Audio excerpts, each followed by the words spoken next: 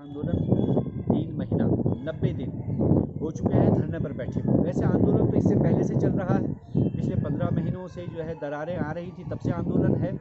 लेकिन ये जो धरना है जो निरंतर चल रहा है 3 महीने से, जिसमें आप देख रहे हैं कि लगातार जिसमें 200-300 लोग आकर के धरने पर बैठते हैं। लोग धरने पर इसलिए बैठ रहे हैं क्योंकि लोग परेशान हैं, लोग प्रभावित हैं, और हमारी मांग है कि इन प्रभावितों की सुनवाई जल्द से जल्द हो।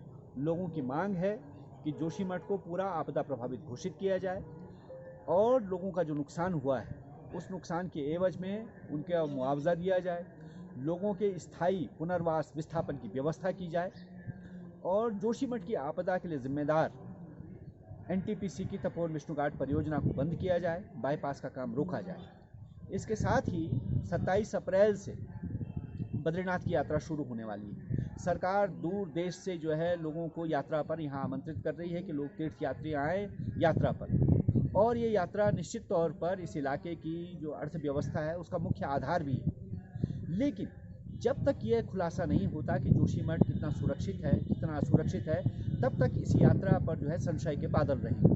क्योंकि सरकार की 8 संस्थाओं ने जनवरी के महीने में आकर के यहाँ अध्ययन किया, सर्वेक्षण किया, और उस सर्वेक्षण की रिपोर्ट अभी तक सार्वजनिक नहीं है। इसलिए लोग आशंका में हैं कि जोशीमठ सुरक्षित है अथवा नहीं।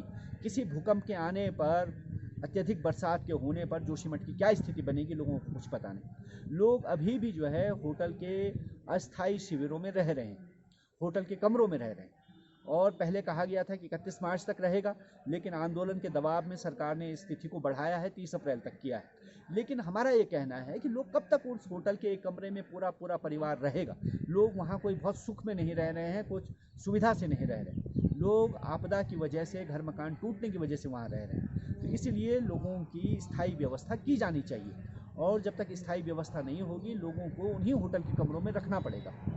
इससे जो है न सिर्फ जनता का नुकसान हो रहा है, बल्कि यहाँ जो टैक्स देने वाली जनता है उस पर भी अतिरिक्त बोझ पड़ रहा है।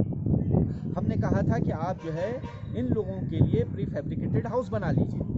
अगर प्री फैब्रिकेटेड हट तैयार हो गई होती आज तक तो लोग वहाँ शिफ्ट हो गए होते, लेकिन वो अभी तक बने नहीं है, जिसके कारण लोगों को मजबूरन सरकार जो है होटल के कमरों में रख रही है।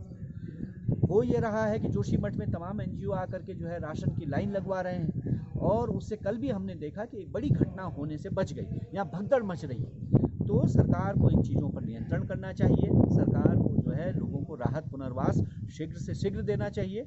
और यहाँ क्योंकि पिछले 3 महीने से सारी अर्थव्यवस्था रुकी हुई है, सारा कारोबार ठप है, जिससे लोगों के सामने 2 समय की रोटी खाने का जो है संकट पैदा हो गया है, लोगों के सामने रोजगार का संकट पैदा हो गया है। इसको जो है सरकार को तुरंत हमारे आंदोलन की बातों को सुनना चाहिए, समझौता करना चाहिए और लोगों को राहत देनी चाहिए।